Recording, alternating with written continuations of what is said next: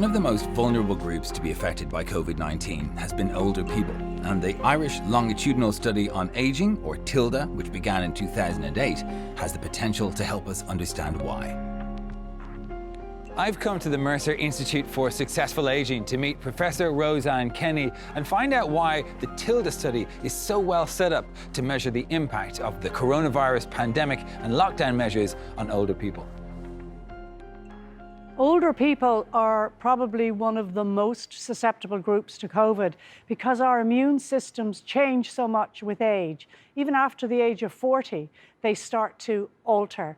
So that all of the cells, which normally become very, very active when we're exposed to something that's foreign to the body, they're all slightly muted with advancing age. Tell us about the TILDA study. Why was it set up in the first place? TILDA is a longitudinal study on aging. We've been following the same cohort of people now for 12 years. And the value of that is in the 9,000 odd people in the sample, we can actually make generalizations about the population at large. We can then identify early risk factors, early markers, early indicators, and hopefully that will help us to discover new treatments, but also new markers that will modify the aging process, decelerate the aging process.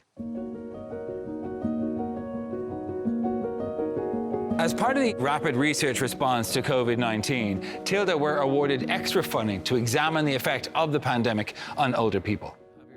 Dr Mark Ward is a TILDA Research Fellow at Trinity College Dublin. The really unique feature of the COVID study is that we have 10 years worth of information that our participants have provided us with. We can track how people have changed over time. And so there's a lot of surveys at the moment that are taking a snapshot and they can say, you know, there's a high anxiety levels, depression and so on. But what they can't show is how people's anxiety or depression have changed due to the pandemic.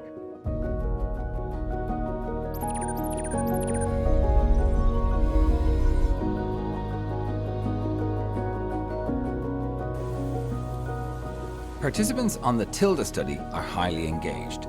Imelda Fitzgerald is from County Sligo. Imelda, you're one of the youngest participants in this study. Why did you want to take part? I suppose my husband and I, we were randomly selected. We thought it was a good opportunity to get involved in it and that there would be encouraging benefits from it. It is good to have tests done and keep checks and make us more aware of the aging process and how important it is to keep active and healthy. So what did they ask of you? What questions did you have to answer and what tests did you have to do? They covered all areas like from your income, your health, your lifestyle, your mental health. We had blood tests done, eyesight tests, hearing, balance, and then memory, yes, that's always on the questionnaires, the memory tests. And they were good fun as well. So we'd be competing, myself and my husband, to see who did the best on the memory tests. The study's looking at the effect of the COVID-19 pandemic on an older population. How did it affect you? My daughter's in Australia, and she was due to come home for a visit in the summer. And she won't be coming for Christmas either, so it is still affecting us. I have grandchildren who live in Sligo as well, and we'd have seen them regularly, but we had to put our distance there. I suppose the restrictions of the 2K and the 5K were fairly tough in the beginning. But we got on our bikes, met our neighbours. I even got on Zoom. Findings from the study suggest there are a number of actions that older people can take to reduce their chances of getting viruses like COVID or other infections. Good friendship, having a good laugh, engaging with somebody is very good for our immune system. Cold showers and cold water swimming, if you can do that. Mediterranean diets or blue zone diets, that's lots of nuts, plants, beans, legumes, fruit, vitamin D.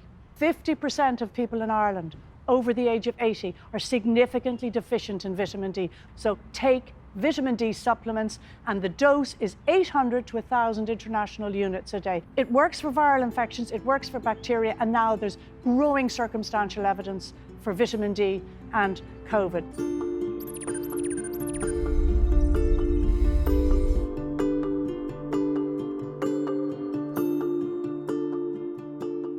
What makes the TILDA COVID-19 research different from other studies across the world is the second part of the project, which is led by Dr Nollaig Bourke.